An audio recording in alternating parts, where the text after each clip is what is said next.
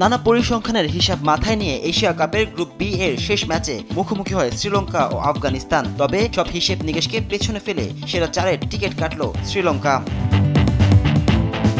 আবুধাবির শেখ জায়েদ আন্তর্জাতিক ক্রিকেট স্টেডিয়ামে টস জিতে ব্যাট করতে নেমে শ্রীলঙ্কার গতি আর ঘূর্ণির সামনে দিশেহারায় আফগান ব্যাটিং লাইন। প্রথম 3 ব্যাটার রহমানুল্লাহ গুরবাজ, করিম জানাত ও সেদিকুল্লাহ আতাল ফেরেন নুয়ান থুসারার শিকার হয়ে। আফগান স্কোরবোর্ডে রান তখন 3 উইকেটে 40।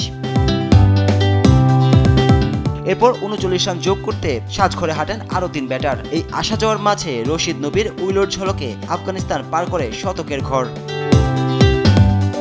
দলীয় 114 রানে রশিদ খান ফেরেন থুসারার শিকার হয়ে। তাতে ভাঙে রশিদ নবীর 35 রানের জুটি।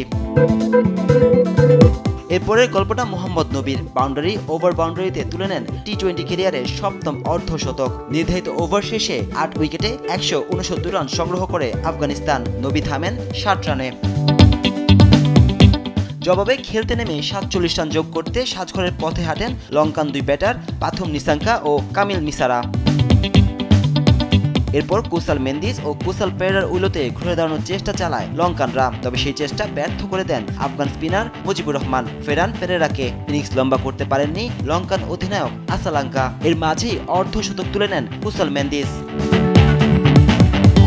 আসালাঙ্কার বিদায়ের পর কামিন্দু মেন্দিসকে নিয়ে শেষ চেষ্টা চালান কুসাল মেন্দিস, আর তাতেই জয়ের বন্দরে নোঙ্গর করে শ্রীলঙ্কা। নাজমুস সাকিব, স্পোর্টস ডেস্ক, দেশ টিভি।